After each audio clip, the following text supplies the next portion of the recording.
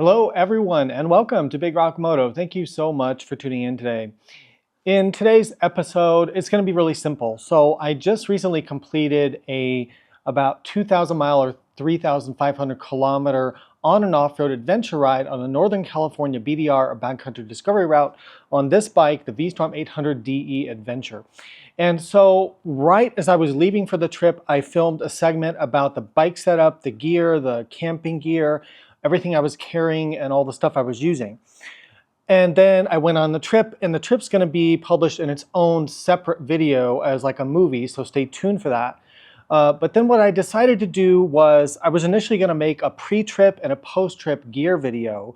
But what I decided to do, I think it's better for everybody, is just combine them into this one video. So you're going to see the segment I filmed as I was leaving, and then you're going to see the segment I'm filming right now as I just got back last night in terms of what worked, what didn't work, any notes I have on the bike and the luggage and the camping gear and the riding gear setup. So without further ado, let's get started. I am literally on my way out the door for a 7-day adventure ride on the Suzuki V-Strom 800DE. So I'm headed up to Northern California to ride the Northern California backcountry discovery route, which is about 950 miles of mostly dirt roads, but also some pavement, twisty roads mixed in. I'm riding to and from the ride, so I've got about 400 miles to get to the start of the ride, and then on the way back, I'll ride about 800 miles to get back home once we finish the ride. So all in all, I would expect the trip to be somewhere around 2,000 miles, or what is that in kilometers, like around 3,500, somewhere in there. So this video is real casual. Since I'm out the door, I figured this would be the most authentic way to show you what I'm bringing on the trip and how I've packed it on the bike. So keep in mind that for this trip, I know it seems like I have a lot of stuff, and that's true, and I probably do have a little bit too much. But this is a filming expedition for me, so I have cameras and my drones and batteries and stuff like that.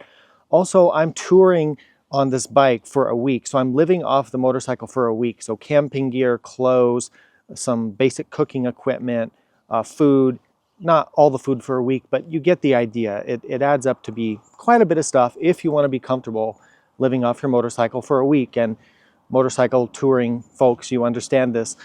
So let me just show you kind of what I'm wearing and what I've packed and how I've got things set up. And then maybe we should do this again at the end of the trip, a week from now, kind of talking about, you know, the stuff I didn't use or the stuff I wish I had had or whatever the case may be. All right, so the riding gear I'm using for the trip, base layers are super important. I'm using a Moto Strata. It's a merino wool base layer, top and bottom. This is good for cool to mild weather. I also have a set of Climb Aggressor -1 hot weather base layers. Merino wool is an amazing material because it doesn't smell and it's good moisture management and temperature management. Awesome stuff. So that's good. And then for the riding suit, I chose to wear the Alpinstars Bogota Pro.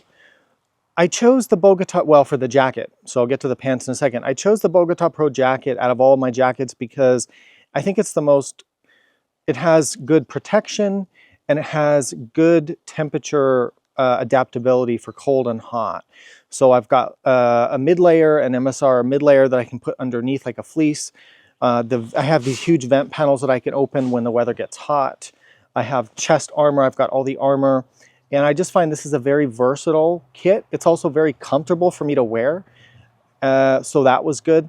And then for the pants, let me change the camera a little bit. So the pants I'm using are Moto Woodsman. These are the new Woodsman integrated armor or integrated removable armor, IR. I chose these because they have great ventilation options.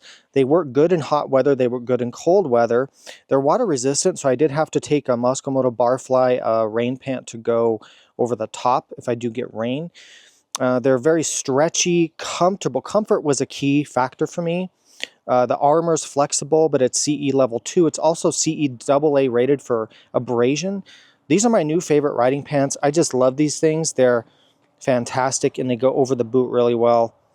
I love these pants. I also really like the pockets and the storage. It's just very convenient in terms of that. So yeah, super happy with these. For my boots, I'm using an Alpenstar Toucan. Gore-Tex. So these are kind of a hybrid between a motocross boot and an adventure boot. They have a lot more protection and stiffness than an adventure boot does, but they're not a full-on motocross boot, and they are Gore-Tex. So these are my choice of boots for doing an expedition like this. I've got a couple different pairs of gloves for the trip. These are my cool and wet weather gloves. These are a Revit, I believe these are the Sand H2O. These are great. And then I've also got in my bag here a set of Climb. Here they are.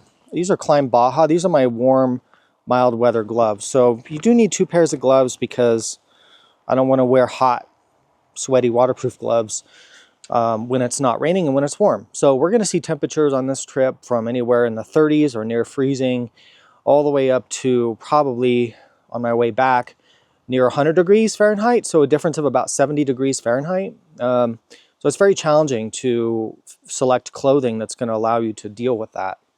My helmet, I am actually using my Arai XD4 helmet. I have the XD5, but there's one thing that annoys me on the XD5. It's that the visor on the XD5 kind of gets stuck, and it's just super frustrating when you're riding all day to have to, like, it gets stuck in a closed position, and it's awkward. And with the camera, the XD4 doesn't have that problem. So I'm happy with the XD4. And on that, I've got a chin mount, and then I've got for the camera, which is custom for this helmet.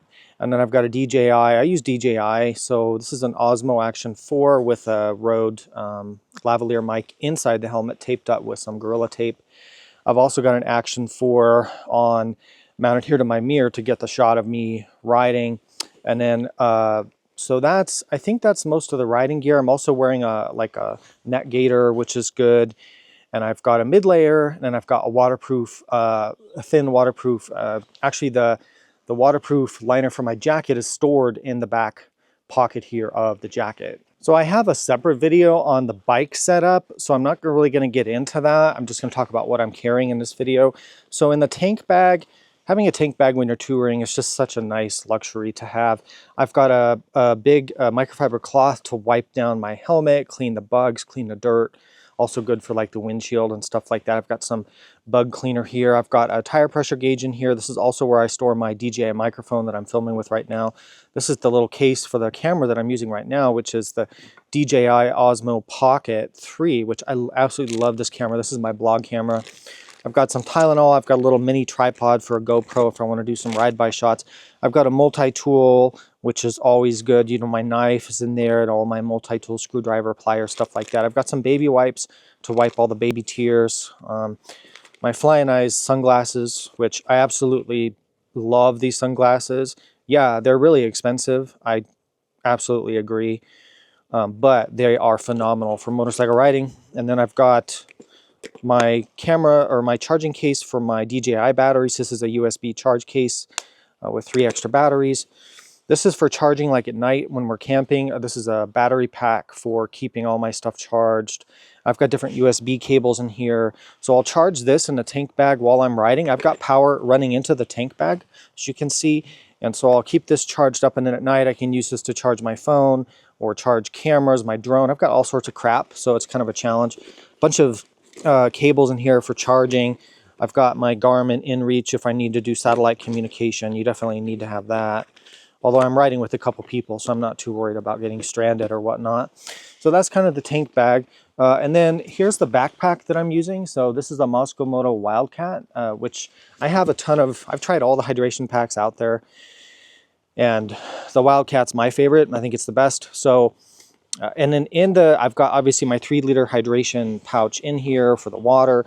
I've got a cool setup for my radio. So for this trip, we're just using a radio system that allows us to communicate like when we're at junctions and stopped riding on the trail. This is not for riding down the highway talking to each other, but this is a ham radio setup. So we can use ham bands. We can also use GMRS bands. And I've got a little speaker and microphone thing clipped onto my Wildcat here, so I can use that. I've tested this setup before riding with other groups, and it works really good. I've also got in here, I've got I carry like a few Cliff Bars with me, and then I'll replenish those as I run out. I've got a caffeine energy shot thing because I'm a caffeine addict. So that stuff, which I'll have to replenish as we go. I'm only carrying like a day or two's worth of stuff because otherwise you just end up with way too much. And then I forget what else is in here. Maybe some extra camera parts or batteries. I always carry a hat, so when I'm stopped, I don't get sunburned on my head because I'm very pale complexion. I get sunburned very easily. All right, let's talk about what I've got in the panniers and the duffel. So I'm using the Lone Rider Moto bags for this trip. I love these bags. They're super easy to use, well made. You get inner bag that pulls out. Yeah, I really like these. And then I've got the Overlander 48 duffel. So let me kind of pull out what's in here. Now, I wouldn't have so much stuff if I wasn't bringing camping gear, right? So that's really the big difference, I think. So let me pull out the inner bag from this side. These inner bags are good because when you go, like if you're staying at the hotel for the night, you just pull out the inner bag like that. Sorry, it's hard to do this one-handed. And then, you can leave the pannier on the bike. So let's go through this pannier now.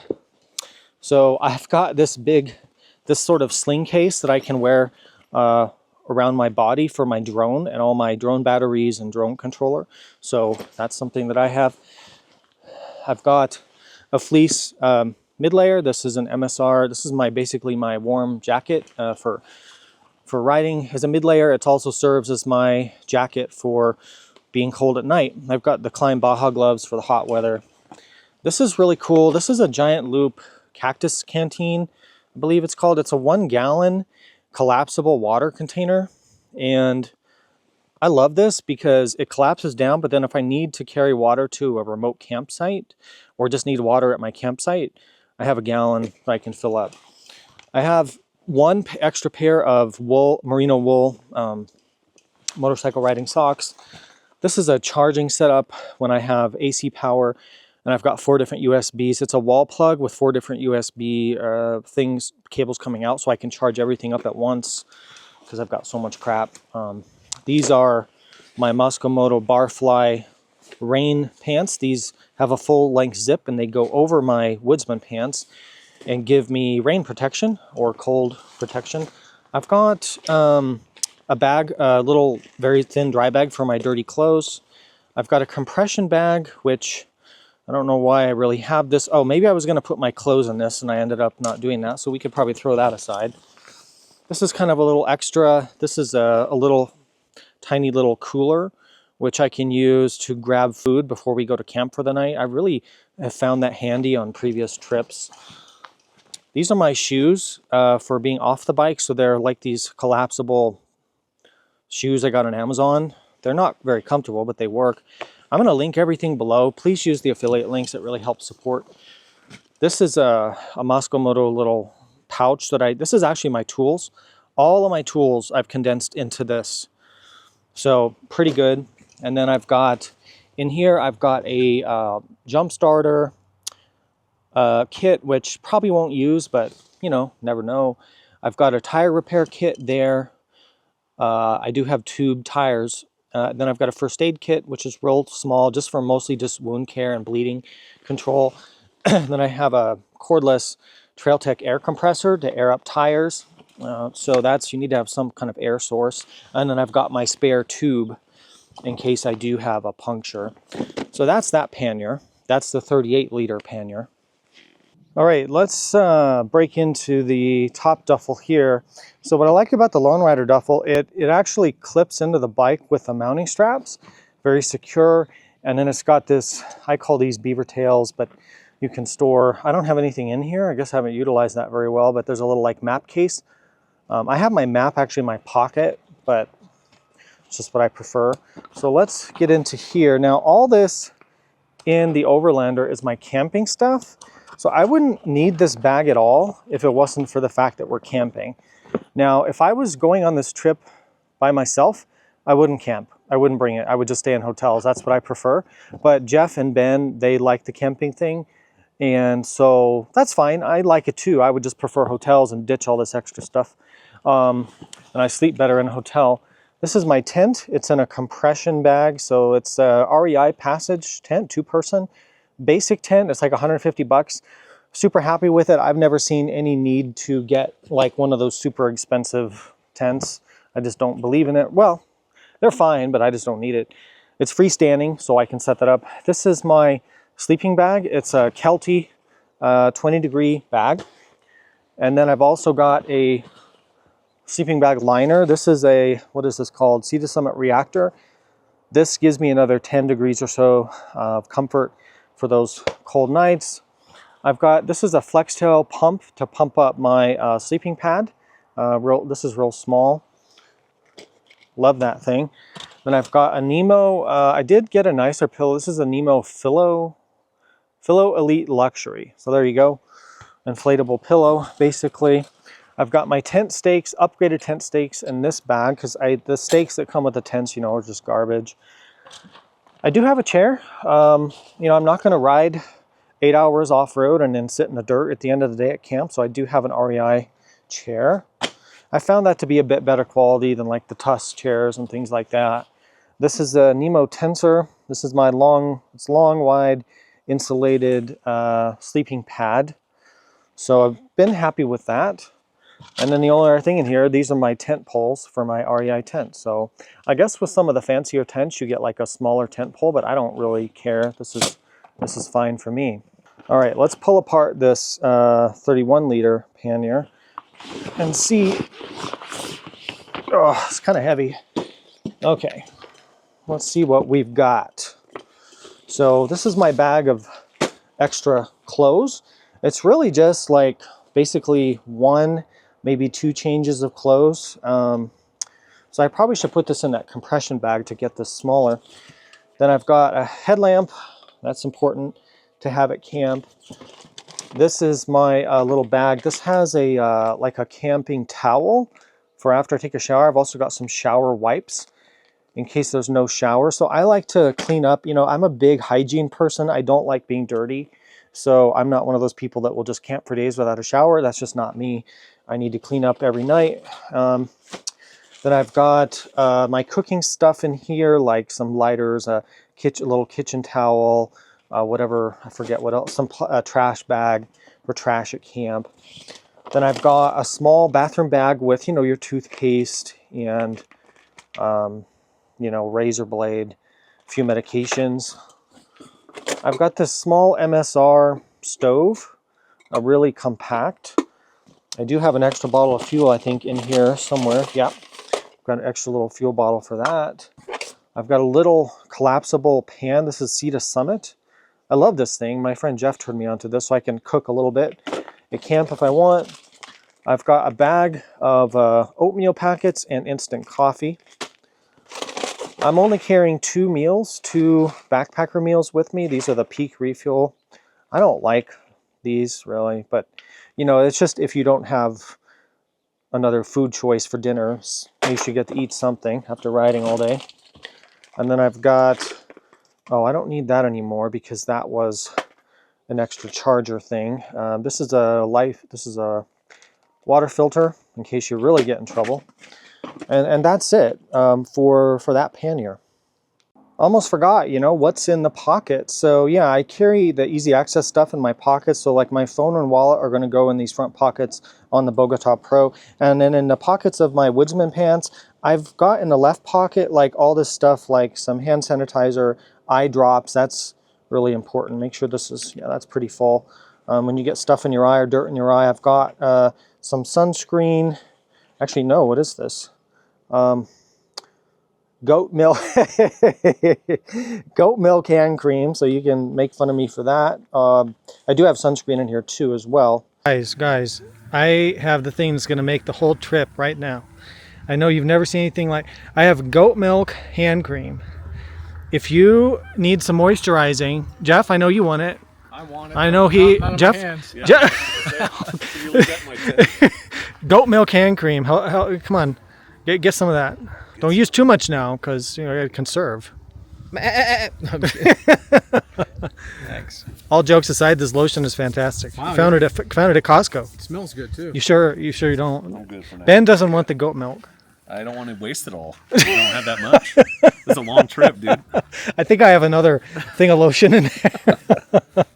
Yeah, here's some sunscreen, so I should put that on my nose and my ears. I'm starting to get skin cancer on my face. That's just because of my genetics. Chapstick So just the easy stuff like that. And then I've got my my BDR map. It actually fits in this pocket here. I'm always using the paper map. Okay, I think that's about a wrap. All right, well, with the snap of my fingers, just like that, thanks to the magic of video editing, I am back from a week-long trip, over 2,000 miles or 3,500 kilometers on a Northern California backcountry discovery route, and riding the bike to and from the start and end points of the route, which added a ton of those just highway miles. So I want to recap, since I filmed the segment before the trip saying, here's everything, how I'm leaving on the trip. Now I want to say, okay, what worked, what didn't work? Were there things that I wish I had, and was there stuff I took that I ended up not using or wishing that I just had left at home? So I made notes yesterday on my ride home. I just got home last night, by the way. So let me go through some of the most important things first here. I've gotten, and sorry for reading off my phone, but it's just easier. So the navigation issue. So I had quite a few frustrations with the Android Auto based using the Gaia application, that navigation with the Car Per Ride tablet. The issue that I was having was that when I would run Gaia on my phone to mirror through Android Auto on the tablet, the Car Per Ride, it was really overheating my phone. So I'd pull my phone out of my tank bag because it was plugged in to keep it charged, because I found that if I didn't keep it on the charger, I would get a lot of disconnects from the tablet. I think due to voltage or something with Android Auto, I'm not quite sure how that works. When I would take it out to like take a picture or do something on my phone would be almost locked up, like really slow, and it would be incredibly hot, almost like I was worried about it like catching fire. So I had a lot of issues with that. I had Android Auto also disconnect. I had Gaia sometimes not wanting to load, even though I had all the maps on my downloaded into the Gaia app on my phone. I just had constant issues. I don't necessarily blame the Car Per Ride itself. It seemed to work as advertised, but I would absolutely say for backcountry adventure riding, for off-road riding, where you're using like Onyx Off-Road or Gaia or whatever nav off-road nav app you want to use, I don't think this is a good idea, because I felt like if I'd been by myself and not had any backup with my friends who had GPSs, they both had Garmin's, I would have been in trouble. I always got it to work. I always ended up getting it to work, and it did work every day, but it was too much frustration. So I would go with just a Garmin Zumo XT2 or the new Montana or a dedicated GPS device, because it's relying on the GPS signal from the phone and the Android Auto connection from the phone, and there's too many issues with that. I just feel like it would be okay to have this, and I liked having the Android Auto for music and apps and Google Maps and stuff on there, but you need to have a backup, a dedicated actual GPS, whether it's Garmin or something else. I would not do a trip like this again with only this setup. So there's that. All right. Next note I have is I need custom made earplugs. I tried the foam earplugs. I have like the silicone eargasm earplugs, even the smaller version. Everything just hurt my ears really badly, like really bad pain. I ended up taking them out, which is then I'm going to get hearing damage, riding on the highway with the knobby tires and the wind and everything. So I need to get custom earplugs. That's just a note. Highway pegs. I would have really appreciated having some highway pegs up here on the crash bars to stretch my legs. When you're riding on a highway 8 hours, 9 hours a day, man, like I did the last 2 days, because it was about 800-mile ride to get home. Yeah, so I would do that. My sleep system for camping. So my sleeping pad sucked. It just was not the thickness and the width that I needed. Plus it ended up getting cut, which you'll see in the movie somehow in the luggage, and I ended up having to throw it out. And my friend brought me a spare one, Kenneth, who met up with us. Anyway, you'll see that in the film. But that didn't work, and my sleeping bag didn't really work either. It was too old. I had a big cut in it, so a lot of the feathers were leaking out. It's a down bag, and also the insulation was not really very even. It had been crushed, I think, from living in a compression sack for too long. My fault. I should have updated that stuff. So I need a new sleeping pad, a wider, thicker one, and I need a new sleeping bag. I'm a side sleeper, so it's even worse for me. So yeah, I need to update that. I need like a camping lantern. I only had a headlamp. I really would like a little lantern. My friends had one, so it was okay. Foot pegs. I need a larger foot peg. The foot pegs on this, they're okay, but I always upgrade the foot pegs on my motorcycles, and for standing up for long periods, these were a little bit small. My boots helped with that, but anyway. The tank bag. So there's nothing wrong with the Nelson Rig tank bag. It works fine. It's good, but I had an issue with organization, everything just getting in one big jumbled pile inside the tank bag. Very frustrating when the thing is when you're on your bike for like a week, just living on your bike, any little frustration just magnifies over the days, right? And hours. So an organized tank bag system, whether it's getting some pocket organizer bags in there or just using the Moto Nomad, which is what I would do in the future. The Nomad tank, or the Nomax, sorry, is my favorite tank bag because it has all the organization pockets. So I would do that. Goggles, I wore sunglasses. The flying eyes were amazing. I freaking love those sunglasses. They really are worth the money. I know I'm going to get hate for that, but they truly are. I would take goggles just for the dust. I didn't do that. So I just tried to ride out of the dust the best I could. The backpack, so I love the Wildcat backpack. It was great, but I would not wear a backpack. I found in the future on the trip like this, the weight on my shoulders, adding up 8 hours a day on the bike for a week, just really hurt my shoulders and back and just added to the fatigue. I would put the water in the tank bag, which like the Moto bag has that, and that's why I recommend it, and just not, it would complicate the radio thing, but the radios didn't really work that great for us, which is a side note. The radios had too short of a range, so we need to do something about that, the ham radios that we were using. So no backpack, I would get rid of that. It's just too heavy on my back. Suspension, yeah, the suspension on the bike, the spring rates are so soft, and I thought, okay, I could probably live with it.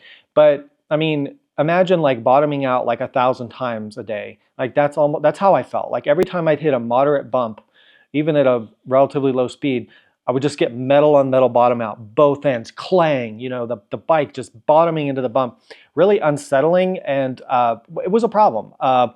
So I have probably, 60 pounds of gear maybe? I feel like it should be able to handle that without bottoming out that often.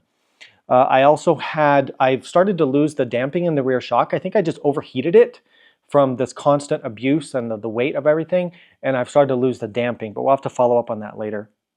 Let's talk about the riding gear. So the Toucan boots by Alpenstars, amazing. I would not change that at all. These are a perfect balance of enduro-like protection with some walkability and mobility. Absolutely the best boots for BDR type riding in my opinion. You might want to go with an enduro boot. That's up to you, like a Tech 7. This is just one step below that in terms of protection, but you get more comfort. So this will be my choice. So much more protection than an adventure boot, than a typical adventure boot. So this is that perfect compromise. So love those, and I'll link all this stuff below, of course. Please check it out using my links. The Alpenstar Bogota Pro jacket, yes, I was really, really happy with it for a number of reasons. I've got full armor, including chest. The ventilation works really well, and I did close the vents on the cold mornings, and that seemed to be enough. I only used my mid-layer fleece jacket like once or twice. The storage pockets are super convenient. The jacket is incredibly comfortable. Probably one of my favorite motorcycle jackets of all time, and I've probably tested, 50 different jackets, so in the top 5 for sure. Really happy with that. And I never used I almost used the waterproof liner on the first day, but I ended up not needing it. It was just rain just a little bit. So the waterproof liner just stayed in the luggage, but you're not going to ride without that, right? In case you need it. The Moto Woodsman integrated removable armor pants. Yeah, these were great. Super stretchy, comfortable. You barely know you're wearing them. Good ventilation, good storage pockets. You got the abrasion rating now, the CE rating, the Rion armor, super soft and flexible but protective. I was incredibly happy with those. I will say if I was doing the ride again, I mean, we had temperatures between like in the 40s all the way up to about 90 or close to 100 on my way home. I would probably just wear a full mesh pant like my Climb Baja, just because my legs don't really get cold, but they're sensitive to being hot. And yeah, I might just go with a full mesh pant, and you can always use a liner over the top if it's raining or super cold or something. The helmet, yeah, the XD4, somebody asked me, do I like the XD4 or the new XD5 better? I have to say, I think I prefer the old XD4. The visor works better for me. The visor on the new XD5 just sticks in place, and I get frustrated with it. This is a little louder than the XD5 maybe, and the visor's not quite as clear and optically perfect as the XD5. But overall, I was happy that I took the 4 and not my new 5. So that's interesting. The camera mounting and everything, that was great. Chin mounts, DJI cameras, that's all linked below. The Cardo, I think I forgot to mention this in the first segment. I love my Cardo. This is a Pack Talk Edge or whatever the newest one is. I'm an affiliate with them. I'm not, they don't pay me to use the stuff, but I really like the Cardo stuff. It works amazing for music and intercom and anything you want to do. So I have a link below for that as well. These are the Baja gloves. You know, these were phenomenal. I never switched to my cold weather, the Revit gloves that I showed you. I never used them. I was cold hands a couple mornings, but after you ride for like 20 minutes on the trail, you're already getting warm. So I use these every single day. Incredibly comfortable, well ventilated, easy to use. The touchscreen functionality of the fingertips works great. These are, I would say, in my top 2 or 3 pairs of gloves that I've tested in my life, and I've tested probably 50 pairs of gloves at least. So I continue to use those. They're one of my absolute favorites. So how did the Lone Rider luggage work out? You can see they're very dirty, very scratched up, like just so much abrasion from branches and logs and brush, thousands of times a day, just running through the brush on the sides of the narrow trails and everything. They really took a lot of abuse, and they took it very, very well. They've got these protectors here. They've held up extremely well to the abrasion.